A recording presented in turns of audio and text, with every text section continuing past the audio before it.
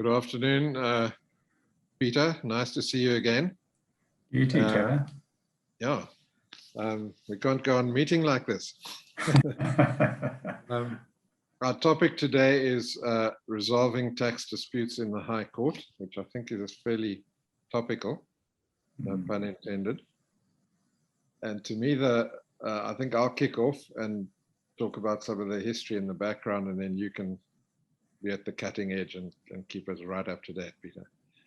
I think to me, the logical starting point is the Metcash case, which was decided in November in the year 2000. And the issue in that case was whether what even the court referred to as the pay now, argue later rule was constitutionally valid. And it looked at three provisions of the VAT Act, but exactly the same reasoning would apply to the Income Tax Act. And the matter had already gone to the High Court in Johannesburg, and the judge there found in favor of Metcash and found that the provisions were constitutionally invalid because they deprived the taxpayer of access to the courts.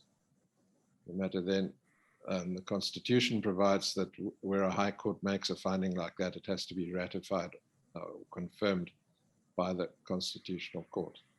So the matter went direct to the Constitutional Court, and all 11 judges sat.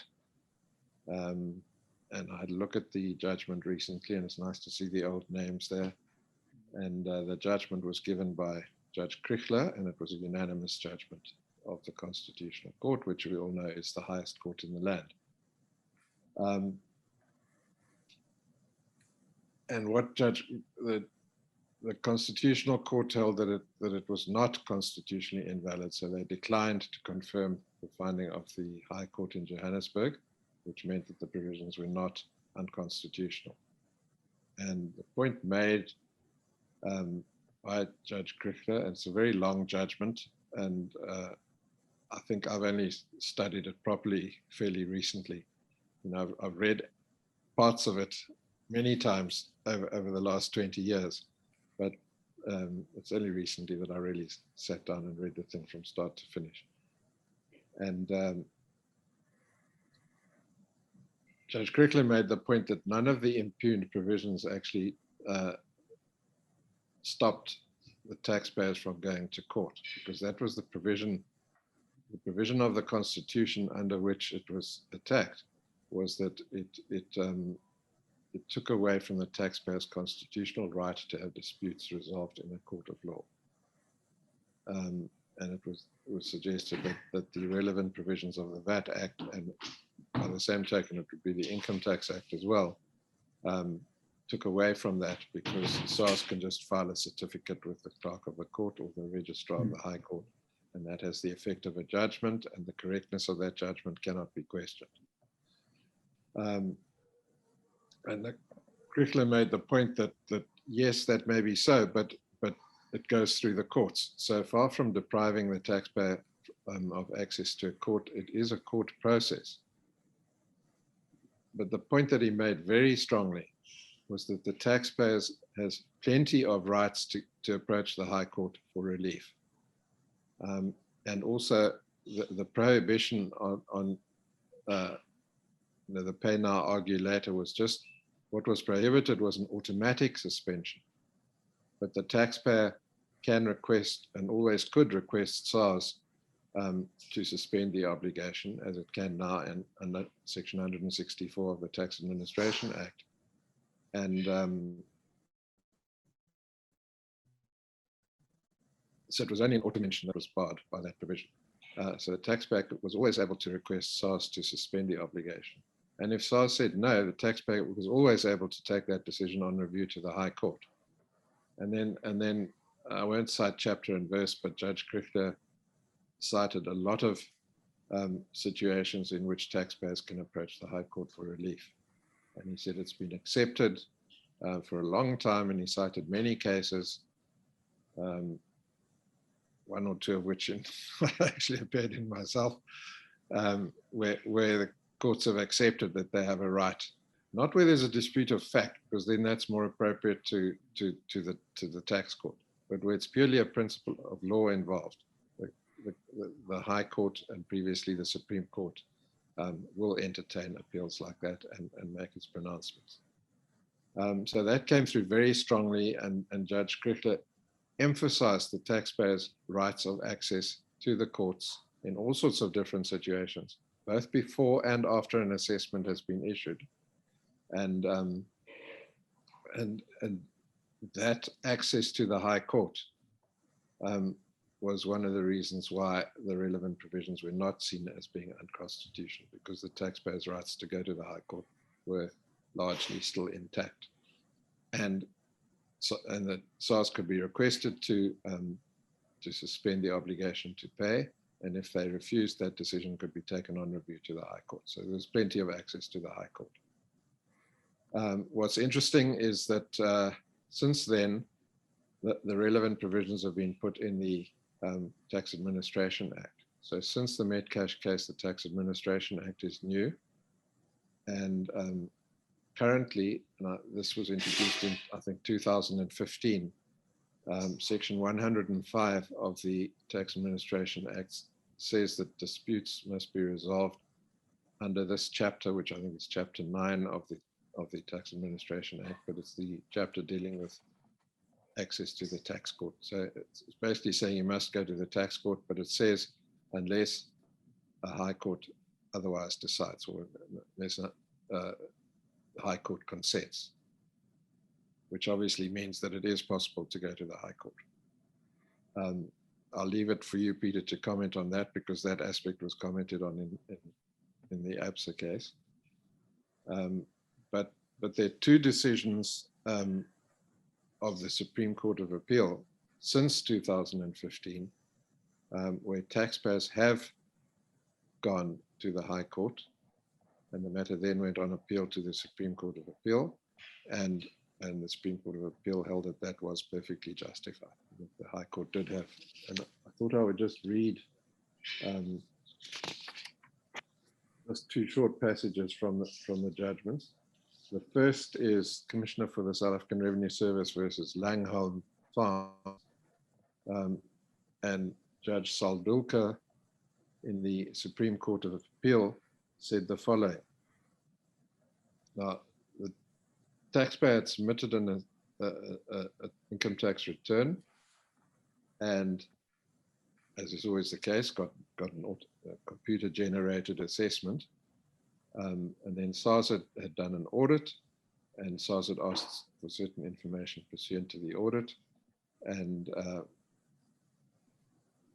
Langholm Farms, the taxpayer, then approached the High Court for an order which it obtained, which unfortunately didn't, for the taxpayer, from the taxpayer's point of view, didn't survive the Supreme Court of Appeal.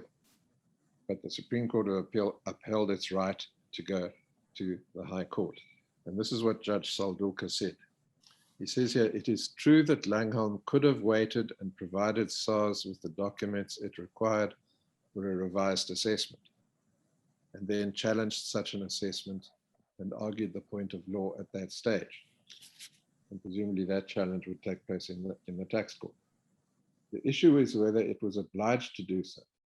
In my view, there was nothing objectionable in Langholm seeking clarity on an issue of statutory interpretation that would clearly influence the outcome of SARS's audit. If the court accepted Langholm's view of the proper interpretation of Section 7.5 blah, blah, blah of the Act, SARS would have had to return to the audit and reassess its position in the light of any further information and debate with Langholm. There was little point in Langholm entering into a debate or providing further information when none of it would have been at all relevant given SARS's legal view. That is exactly the situation for which declaratory orders are made, and seeking one in the context of a taxing statute was endorsed by the Constitutional Court in Metcash. Right. The second case is that of SARS versus the United Manganese of Kalahari Company. And in that case, Judge Wallace J.A. of the Supreme Court of Appeal, who incidentally was the taxpayers' counsel in the Metcash case, he said the following. In its opposing affidavit, in argument before the High Court, and in its heads of argument in this court, SARS argued that UMK's, that's the taxpayer's application, was premature as the audit process had not yet been finalized. It contended that UMK should have awaited the outcome of that process and then pursued its internal remedies under the Tax Administration Act by way of objection and appeal against any assessment with which it did not agree. Alternatively, it contended that it was inappropriate for UKM to seek relief by way of a declaratory order. However, after the party's attention was drawn to a recent judgment of this court, that judgment was Langham Farms, dealing with a similar argument, we were informed that SARS no longer persisted with these points and would confine its arguments to the legal issue raised by UMK concerning the proper interpretation of the relevant provisions of the Royalty Act. So again, the direct access to the High Court was approved by the Supreme Court of Appeal. And so both before and after the introduction of the Tax Administration Act, including Section 105, which says you must go through the tax court procedure unless the High Court consents, the Supreme Court of Appeal has approved the use of access to the High Court, even while SARS is busy with an audit. Now there's a recent case which Peter is better qualified to comment on than just about anybody I know, and so I'm going to hand over to him, and that's the ABSA case. Which thanks. Interesting thing about the ABSA judgment is I read the actual judgment, and the judge, who was Judge Sutherland, who was in my class at university, by the way, says that it's not reportable. Certainly, it's already been reported in the South African law reports, and it soon will be in the Taxpayer. But I must say, and I can see why he said that, it's a fairly rough and ready sort of judgment, but I actually really enjoyed it. All the more Same. for that. I thought it was very well reasoned and logical and well written, and I think just a really excellent judgment, I think. And you know, and quite sort of groundbreaking as well, Trevor. It's good that you remind us what happened in Metcash all those years ago, 21 years ago, because I think one gets caught up in the sort of sense that once you're on the road to the tax court, you can't move off it. And as you're on the N1, you forget that there's an R300 and you can go across to the N2. Yes. So I think one forgets that, and you very much get caught up in the sort of sense that if you're on the way to the tax court, then there's no getting off that road. And this judgment certainly showed that that wasn't the case. So just the facts here, ABSA invested in some preference shares issued by a third-party issuer. The third-party issuer then took the subscription proceeds from the preference shares and invested in some fairly complex kind of cross-border transactions. As I say, there's quite a lot of movement in respect to those proceeds after they left ABSA's hands. ABSA had nothing to do with that. ABSA simply invested in the preference shares, and what happened with the money after that had nothing to do with them. They weren't involved in the subsequent transactions. SARS then did a forensic audit and pieced together all the transactions from ABSA all the way to the last use of the funds by this third-party group, and sent a Section 80J notice to ABSA, basically saying that ABSA must give reasons why the anti-avoidance provision shouldn't apply to it in relation to this transaction as a whole. And ABSA basically said, well, you know, we just invested in preference shares. We've got nothing to do with these other complicated transactions that SARS seems to have an issue with. So they wrote to SARS and asked SARS to withdraw the Section 80J notice. And they did that in terms of Section 9 of the Tax Administration Act. And SARS refused to withdraw the Section 80J notice. So ABSA started review proceedings, started preparing to go to the High Court to require SARS to withdraw the Section 80J notice. And SARS, in the meantime, carried on with its process, and it actually issued assessments. So ABSA found itself not just with the Section 80J notice, but with actual assessments in terms of Section 80B of the Income Tax Act. And so ABSA said, okay, we'll review both decisions, the decision not to withdraw the Section 80J notice, and also we're going to review the letters of assessment and require or request the High Court to withdraw those letters of assessment. One of the interesting questions was whether ABSA should have brought its application under Promotion of Administrative Justice Act or under the principle of legality.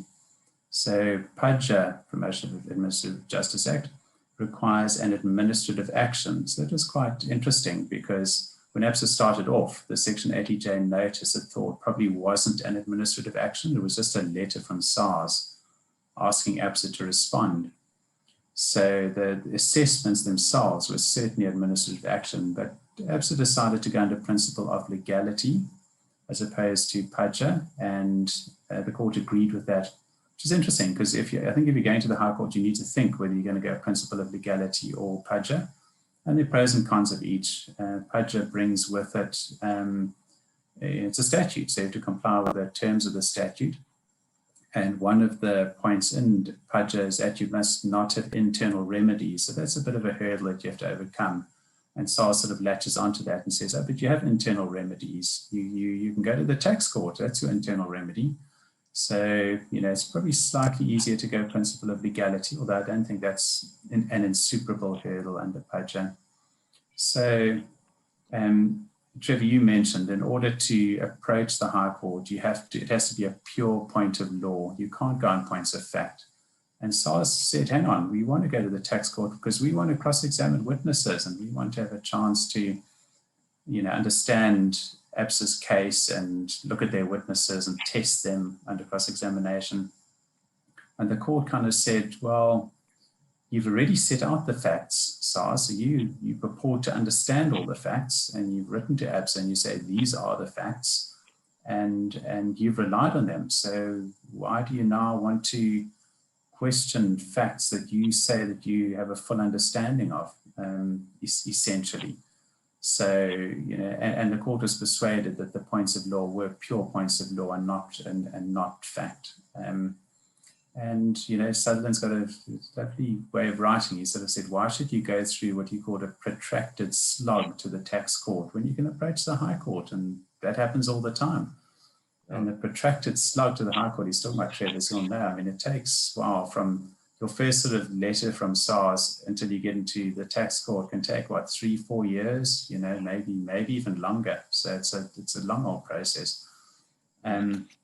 So ABSA then went on with the argument and said there were two errors in law that they were reviewing, or that they wanted to review. Firstly, ABSA said that it wasn't a party to a transaction as required for Section 80 to apply.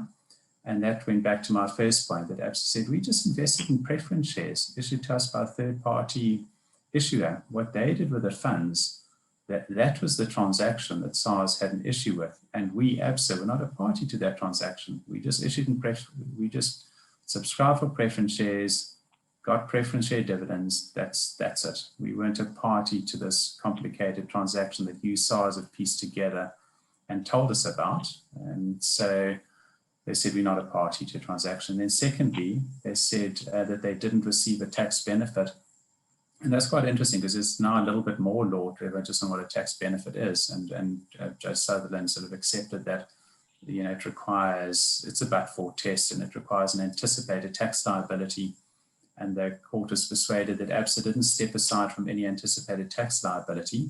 All it did was subscribe for preference shares and get a dividend. And that's not sidestepping an anticipated tax liability. It didn't have any anticipation of tax. It invested in something and got a tax-exempt return. So there's a little bit more law on tax benefit. So the court was persuaded that on both, that there were two errors of law, and granted the order. So the Section 80J notices were withdrawn and the assessments were withdrawn. And the matter is going on appeal. So it's going, I don't know when that's going to be, but it's definitely going on appeal. I think there's too much at stake for SARS not to take it on appeal. But, I think, as I say, the judgment was good to me. It seemed sound and repeated a lot of principle, Trevor, that you reminded us of, that we've had in our law for a long time and partly just in a way forgotten about, to be honest. And So we see a lot of clients now coming up with reviews, and we've now got a few reviews running, where you get an assessment and there's a point of law, and it's a problematic point of law, and you think, why should we spend 4 years getting in front of a tax court? Let's go to the High Court and let's have this reviewed. So it's become, as you say, very, very topical. So yeah, interesting times. Just listening to your discussion of the ABSA case, saying that SARS wanted to get into court and cross-examine witnesses and all of that. I was involved in a matter, and I'm not going to mention any names because it's still in progress in the tax court. But there were two interlocutory applications, and those were heard. And I was for the taxpayer, and we brought an interlocutory application saying that the duty to begin in a GAR assessment, which is what the ABSA thing amounted to, the duty to begin is on SARS. And SARS opposed that, and in a very long judgment, the Judge Ndita, found in our favor on that point. Now, of course, that's a decision of the tax court, so it's not binding. But I think SARS hopes to embellish its case by the taxpayer must start call witnesses, and then they can try and cross-examine facts out of, use the cross-examination process to elicit facts in their favor. But when they have to begin and produce their own evidence and rely on what they've written in the Section 80J notice, then it's it's a horse of a very different color. So that's quite a powerful thing. If and I think that decision is correct. If you look at it ties in with the burden of proof, and the court in Carnage accepted that the burden of proof is on SARS under the GAR provision. And if that's the case, then why should the taxpayers be saddled with having to start when it doesn't bear the onus of proof? Sure. I've got here, and can I just read something that Judge Sutherland said in the ABSA case in relation to Section 105, which I thought was very good. He quotes Section 105 and says that the court can direct that it can go to the High Court. And then he said the following. He said, a court plainly has a discretion to approve a deviation from what might fairly be called the default route. So going to the tax court is the default route. Default, yeah. As much as the section is couched in terms which imply that permission needs to be procured to do so, there is no sound reason why such approval cannot be sought simultaneously in the proceedings seeking a review, where an appropriate case is made up. It was common cause that such appropriate circumstances should be labeled exceptional circumstances. So you have the default rule and then exceptional circumstances. The court would require a justification to depart from the usual procedure, and this by definition would be exceptional.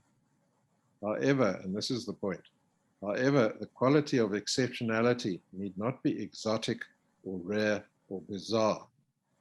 Rather, it need simply be properly construed circumstances which sensibly justify an alternative route. When a dispute is entirely about a point of law, that attribute, in my view, would satisfy exceptionality. And that I think is a marvelous decision. Beautifully put, and it makes complete sense. Yeah, so if what Saldulka was saying in the Angholm case, if it makes perfectly good sense to go to the court to get a definitive view on a point of law, that satisfies the exceptionality test. I think that's a very good decision. That's all you want.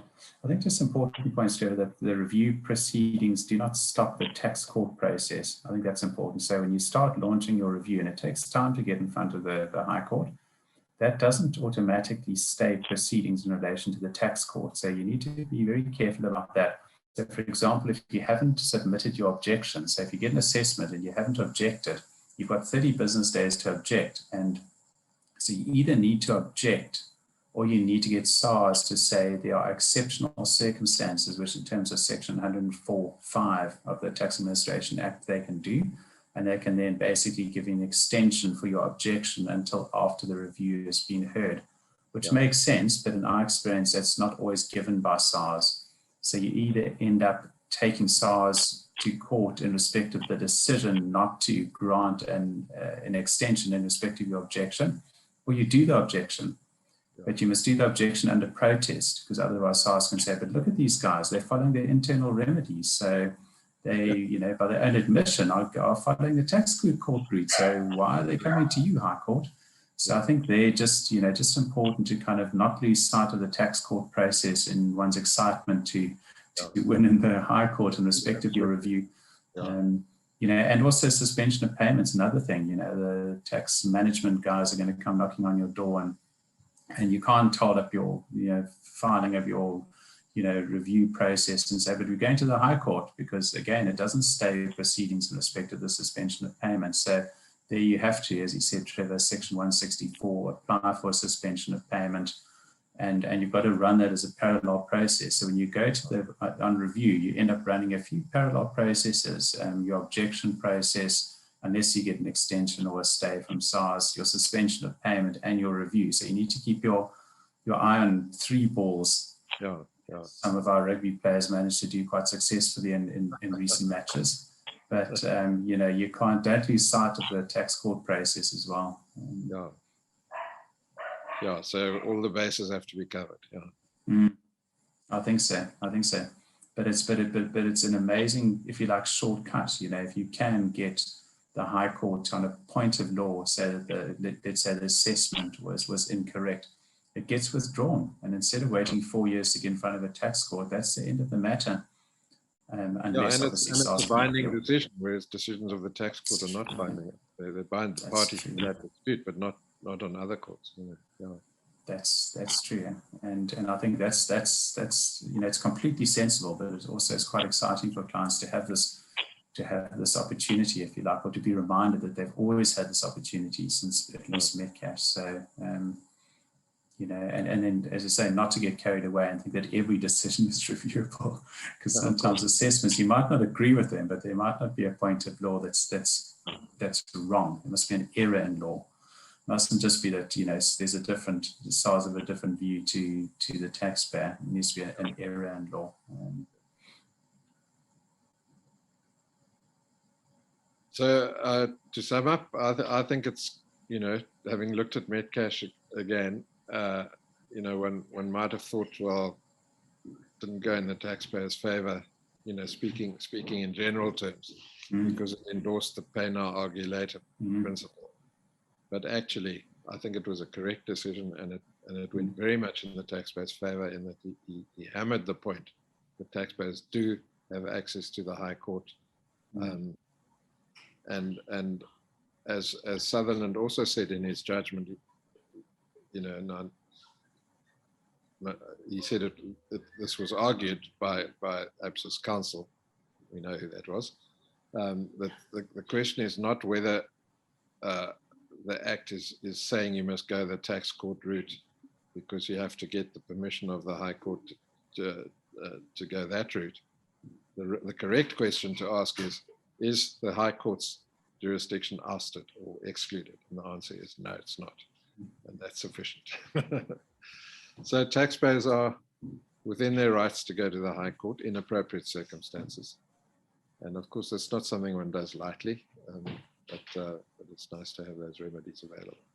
It's very nice, and it is actually a fairly easy process, Trevor, in a sense, you know, compared to your discovery, etc., in relation to going to the tax court. That is a protracted slog. It's a good description, you know, as opposed to, you know, your filing affidavit and you know, drafting up the necessary papers to do the review. You know, I think it is a much quicker, much more simple, much more cost-effective way of approaching the courts. And I think, you know, taxpayers should in every case see whether there is this remedy applicable in circumstances where SARS has made a decision, which is typically around an assessment, I guess.